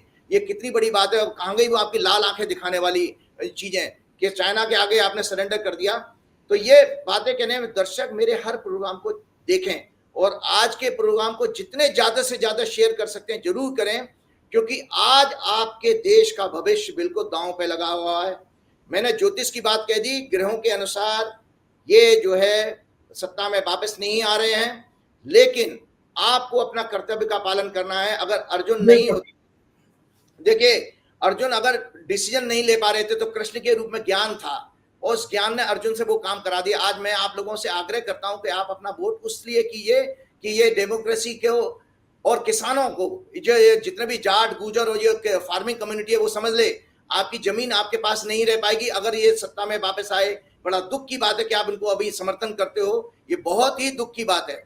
अंधभक्ति से काम नहीं चलेगा। उत्तर भारत, आज एक रिपोर्ट में पढ़ रहा था कि दक्षिण भारत में धर्म संस्कृति भी मजबूत है और ग्रोथ बहुत अच्छी हो रही है। इंडस्ट्रियल बड़ी बड़ी कंपनियां वहां जा रही हैं। उत्तर भारत में उत्तर प्रदेश का तो सबसे बुरा हाल है। तो वो इसलिए है क्योंकि आप अंधभक्ति में अपना विवेक और ये सब भूल बैठे हो। गलत आदमी को आप चुनाव में जिताते हो। ये आपने वोट का सच्चे रूप में इस्तेमाल करिए। सबसे बड़ी बात संजय जी, अगर मेरी उस 1 जून से चल रहे प्रोग्राम की अगर आपने कोई भी अगर उसमें कुछ भी सत्य देखा हो तो मुझे आप ये मान के चलिए कि आप अपना वोट का निर्णय ये करिए कि जो बातें मैंने की सत्य की हैं, हृदय से कही हैं। क्योंकि मेरी कुंडली में एक विशेष योग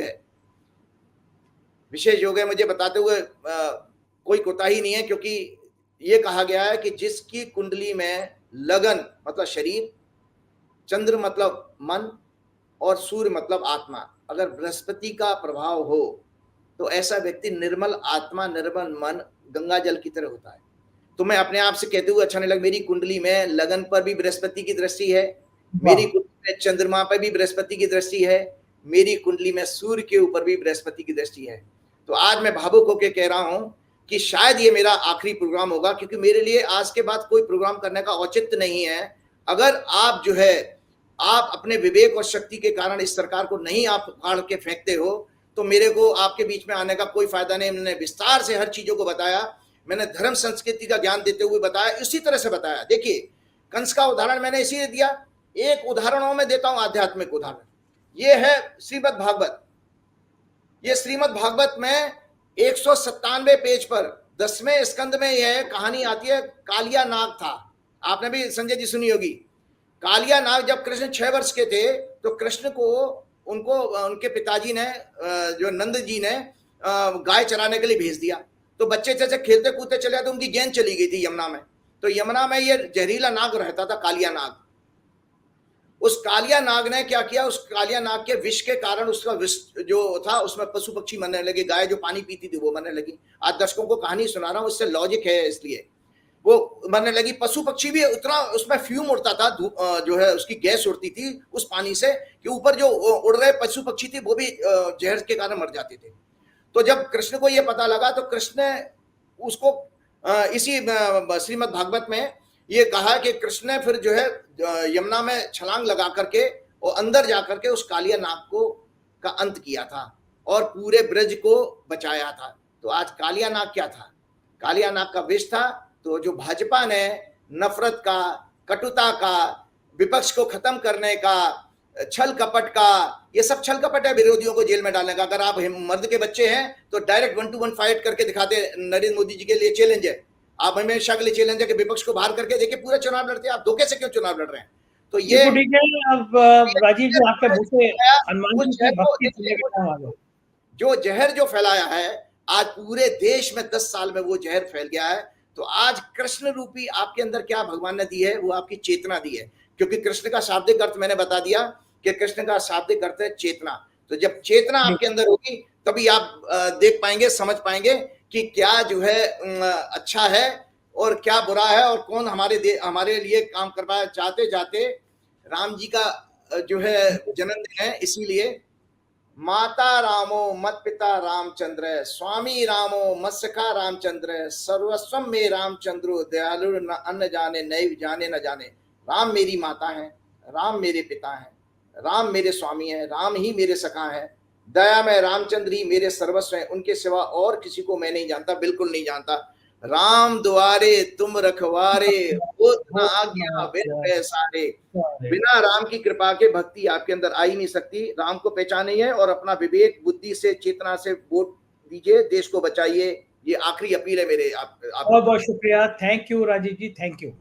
ये तो राजीव जी आज कितना खुल के बोल रहे थे, पूरे रॉ में थे, भगवान राम की भक्ति में थे। मुझे इंतज़ार है आपकी राय का, अपनी राय से ज़रूर अवगत कराइएगा। शुक्रिया, थैंक यू।